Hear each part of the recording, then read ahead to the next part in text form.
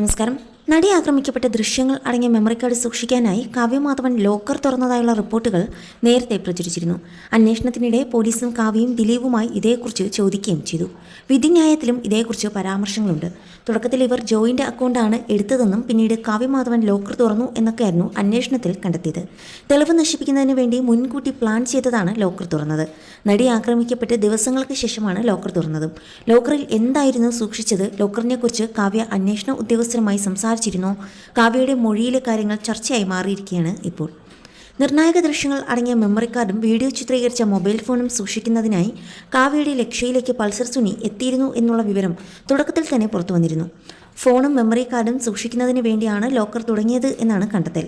കോടതിയിൽ ഇത് തെളിയിക്കാനായി ബാങ്ക് ജീവനക്കാരെ ഹാജരാക്കിയിരുന്നു. അന്ന് ജോലി ചെയ്തിരുന്നവരെ ആയിരുന്നില്ല കോടതിയിൽ ഹാജരാക്കിയത്. ഇടക്കാലത്ത് ഈ ലോക്കർ തുറന്നതും അതിൽ നിന്നും ചില സാധനങ്ങൾ കണ്ടെത്തി എന്നുമായിരുന്നു പ്രോസിക്യൂഷന്റെ വാദം. ദിലീപും കാവ്യയും അറിയാതെ എങ്ങനെയാണ് ലോക്കർ തുറന്നത് എന്നായിരുന്നു ചോദ്യം. ലോക്കർ ബലമായി തുറക്കേണ്ട സാഹചര്യം വന്നതിനെക്കുറിച്ചും ചോദ്യങ്ങൾ ഉണ്ടായിരുന്നു. 5 രൂപയുടെ ഒരു കോയിൻ മാത്രമാണ് ആ ലോക്കറിൽ നിന്നും കിട്ടിയത് എന്നാണ് മഹസറിൽ പറയുന്നത്. നേരത്തെ ആരെങ്കിലും ലോക്കർ തുറന്നോ എന്നതിലേക്കും സംശയം പോയിരുന്നു. ലോക്കർ തുടങ്ങിയ ദിവസം തന്നെ തുറന്നതേയുള്ളൂ. പിന്നീട് പോലീസ് തുറന്നതാണ്. എന്തിനാണ് ഈ ലോക്കർ തുറന്നതെന്ന് ചോദിച്ചപ്പോൾ ഓർമ്മയില്ല എന്നായിരുന്നു കാവ്യമാധവന്റെ മറുപടി. ഒരുപാട് ബാങ്കുകളിൽ അക്കൗണ്ട് ഉണ്ട് ഇവർക്ക്, പിന്നെ എന്തിനാണ് ഈ അക്കൗണ്ടും ലോക്കറും തുറന്നതെന്ന് ദിലീപിനോട് ചോദിച്ചപ്പോൾ എന്നെ ഒരുപാട് പേർ വിളിക്കാറുണ്ട്, അവരുടെ നിരന്തരമായ ആവശ്യം കണക്കിലെടുത്താണ് അന്ന് അവിടെ അക്കൗണ്ട് തുടങ്ങിയത് എന്നായിരുന്നു ദിലീപും പറഞ്ഞത്. US ഷോയിലെ കാര്യങ്ങളെക്കുറിച്ചുള്ള ചോദ്യങ്ങൾക്ക് കാവ്യ കൃത്യമായ മറുപടി നൽകിയിരുന്നു.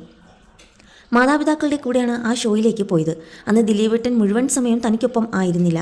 മറ്റുള്ളവരൊക്കെയുള്ള സമയത്താണ് റൂമിലേക്ക് വരാറുള്ളതും. പരിപാടിയുടെ കാര്യം സംസാരിക്കാനായാണ് വരുന്നത് എന്നുമായിരുന്നു കാവ്യ പറഞ്ഞതും. അതിജീവിതയുമായി യാതൊരുവിധ പ്രശ്നങ്ങളും അന്നുണ്ടായിട്ടില്ല. അവരോട് ശത്രുതയുമില്ലെന്നും കാവ്യ പറഞ്ഞിരുന്നു. US ഷോയിൽ നടന്ന കാര്യങ്ങൾ അതിജീവിത മഞ്ജു വാര്യരെ അറിയിച്ചുവെന്നും ഇതേ തുടർന്നാണ് വിവാഹമോചിത ആയെന്നുമുള്ള വിവരങ്ങൾ നേരത്തെ തന്നെ പുറത്തു വന്നിരുന്നു. ദിലീപും മഞ്ജു വാര്യരും വേർപിരിഞ്ഞതിന് കാരണം ഞാനല്ല എന്നും കാവ്യമാധവൻ കോടതിയിൽ പറഞ്ഞിരുന്നു. അതേക്കുറിച്ച് അറിയില്ല, മഞ്ജു വാര്യരും അതിജീവിതയും തന്നെ കാണുകയും സംസാരിക്കുകയും ചെയ്തു എന്ന് പറയുന്നത് തെറ്റാണ്. അങ്ങനെ ഒരു കൂടിക്കാഴ്ച നടന്നിട്ടില്ല. സുഹൃത്ത് ബന്ധത്തിന് അപ്പുറത്താണ് ദിലീപേട്ടന് താൻ നൽകിയ സ്ഥാനമെന്നും കാവ്യ പറഞ്ഞിരുന്നു. അതേസമയം നടി ആക്രമിച്ച കേസിൽ വിധി പ്രഖ്യാപനം വന്നതിന് പിന്നാലെയാണ് ദിലീപ് നായകനായ ചിത്രം കഴിഞ്ഞ ദിവസം പുറത്തിറങ്ങിയത്. അതിൽ മലയാളത്തിലെ ഏറ്റവും വലിയ സൂപ്പർ താരങ്ങളിൽ ഒരാളായ മോഹൻലാലും അതിഥി വേഷത്തിൽ അഭിനയിച്ചിരുന്നു. അതിനേറെ വിമർശനങ്ങൾ മോഹൻലാലും നേരിടേണ്ടി വന്നു. ഇപ്പോഴത്തെ മോഹൻലാൽ ചെയ്തത് വലിയ തെറ്റാണെന്ന് പറയുകയായിരുന്നു അതിജീവിതയുടെ അഭിഭാഷകയായ DB മിനിയും. ഗോവയിൽ വെച്ചുള്ള കാര്യങ്ങൾ പറഞ്ഞുകൊണ്ട് ആ പെൺകുട്ടിയെ എതിർപക്ഷത്തുള്ള ആളുകൾ എന്തൊക്കെയോ സൈബർ ആക്രമണമാണ് നടത്തുന്നത്.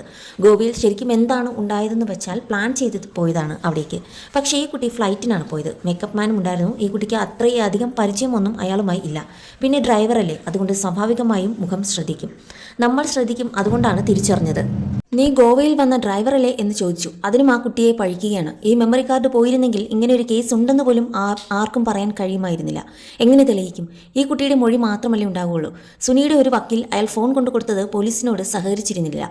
ഫോൺ കായലിൽ എറിഞ്ഞു കളഞ്ഞെന്ന് പറഞ്ഞു. അങ്ങനെ ചെയ്ത ആളുടെ അവസ്ഥ വളരെ പരിതാപകരമാണ് ഇപ്പോൾ. മുഴുവനായും ശരീരം തളർന്നുപോയി. ഒരു പക്ഷേ തെറ്റ് ചെയ്താൽ നിങ്ങൾക്ക് നിയമത്തിന്റെ പഴുതുകളിൽ നിന്നും രക്ഷപ്പെടാൻ പറ്റിയേക്കും. പക്ഷേ പ്രകൃതിയുടെ ഒരു ശക്തിയുണ്ട്. അതിൽ നിന്ന് നിങ്ങൾക്ക് ഒരിക്കലും രക്ഷപ്പെടാൻ സാധിക്കില്ല. മോഹൻലാൽ അതൊരിക്കലും ചെയ്യാൻ പാടുണ്ടായിരുന്നില്ല. മോഹൻലാൽ അമ്മയുടെ സെക്രട്ടറി ആയിരുന്നു. ആ സമയത്താണ് കുട്ടിക്ക് ഇങ്ങനെ ഒരു സംഭവം ഉണ്ടായത്. അതിൽ മെമ്പറായിരുന്നു ആ കുട്ടി. ഈ സിനിമയിൽ മോഹൻലാൽ അഭിനയിക്കുന്ന സമയത്ത് 8ാം പ്രതിയെ കോടതി വെറുതെ വിട്ടിരുന്നില്ല. അപ്പോൾ അത് കമ്മിറ്റ് ചെയ്തു എന്ന് പറയുന്നത് തന്നെ വളരെ വലിയൊരു തെറ്റ് തന്നെയാണ്. ഹേമ കമ്മിറ്റി മുഴുവനായിട്ടും പുറത്തുവിടട്ടെ എന്ന് ഞാൻ ഒരു നിമിഷമെങ്കിലും ആഗ്രഹിച്ചിട്ടുണ്ട്. ഞാൻ പറഞ്ഞത് എല്ലാവർക്കും മനസ്സിലായിട്ടുണ്ടാവും. മോഹൻലാലായാലും ദിലീപ് ആയാലും അതിലെ കമന്റുകൾ കണ്ടാൽ ഞെട്ടിപ്പോകും. അത്ര മോശം കമന്റുകളാണ് അവർക്കെതിരെ വന്നിരിക്കുന്നത്. ചില കേസുകളിൽ നിയമം ശിക്ഷിക്കില്ല, പകരം ജനങ്ങൾ ആയിരിക്കാം ശിക്ഷിക്കുക എന്നായിരുന്നു അഡ്വക്കേറ്റ് DB മിനി പറഞ്ഞതും.